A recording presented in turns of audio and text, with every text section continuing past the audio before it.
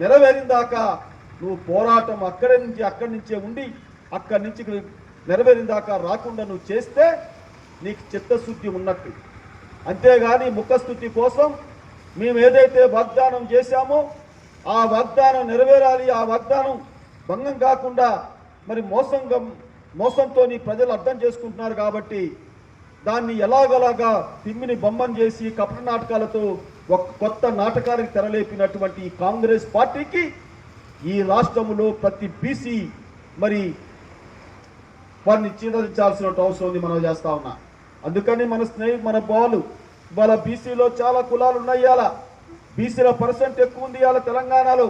మనం దలుచుకుంటే ఏ ప్రభుత్వానన్నా దించొచ్చు, ఏ ప్రభుత్వానన్నా గద్దె చెక్కే శక్తి ఒక బీసీకే ఉందని మనం చేస్తా ఉన్నాయి. ఇవాళ జనాభా చూస్తే మనం ఎక్కువ ఉన్నాం, పదవులు చూస్తే వాళ్ళు ఉన్నారు. మనం ఎవరికి వ్యతిరేకం కాదు, అగ్రకున్నాలకు కూడా వ్యతిరేకం కాదు. మనం ఏంటంటే మన జనాభా ప్రకంగా మన దామాషా ప్రకంగా మనకి రిజర్వేషన్ కల్పించాలని అడుగుతున్నాం. మా హక్కుల కోసం అడుగుతున్నాం తప్పితే ఏ కులానికో ఏ మతానికో ఏ వ్యవహారానికో మనం వ్యతిరేకం కాదు. అందరూ సమానమే. ఈ భారతదేశంలో ఉన్నటువంటి విభిన్న కులాలు విభిన్న మతాలు అందరం కూడా సమానమే.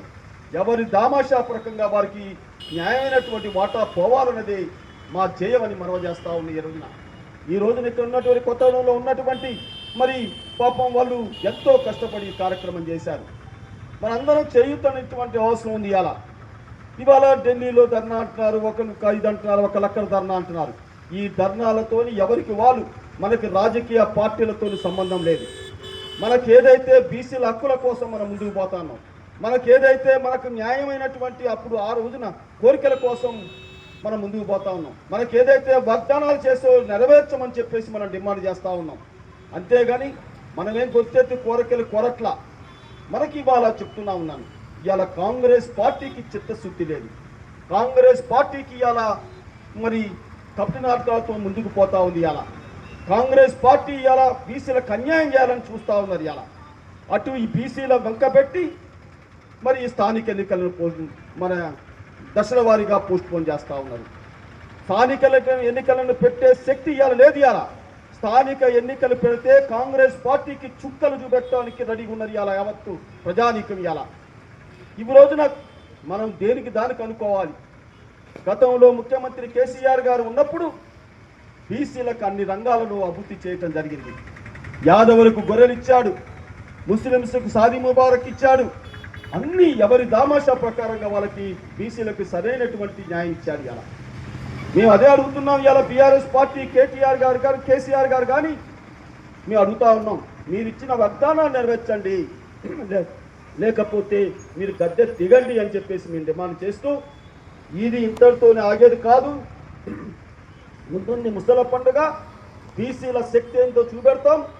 బీసీలకు అన్యాయం చేస్తే గల్లాబట్టి కిందకి లాగి మేము అంటూ చూస్తామని చెప్పి మనం చేస్తా ఉన్నాం. మాకు పార్టీకి సంబంధం కాదు, మీ పార్టీల తర్వాత మాకు బీసీల ముఖ్యం. ఒక బీసీ బిడ్డగా మేము పుట్టినందుకు బీసీలు అందరికీ కూడా న్యాయం చేయాలని చెప్పి కోరిక తప్పితే మాకు పార్టీల తర్వాత పార్టీలు ఎవరైనా అన్యాయం చేస్తే ఈ రాష్ట్రంలో ఉన్నటువంటి ప్రజానీకం అందరూ కూడా తిరగబడే రోజు వస్తుందని మనవి చేస్తూ, ఈ రోజున ఈ కార్యక్రమానికి నన్ను ముఖ్య అతిథిగా పిలిపించి నాతో 42% బీసీలకు రిజర్వేషన్ అమలు చేయాలని చెప్పేసి మీరు కూర్చున్నటువంటి నిరాదీక్ష శిబిరాన్ని నాతో ప్రారంభించడం నా జన్మ ధన్యమైందని మనవి చేస్తూ, ఈ వేదిక మీద ఉన్నటువంటి బీసీ నెలవాకులందరికీ కూడా నేను పాదాభివందనం తెలియపరుస్తా ఉన్నా. జై బీసీ, జై బీసీ, జై బీసీ, జై జ్యోతిరావు ఫులే, జై జ్యోతిరావు ఫులే.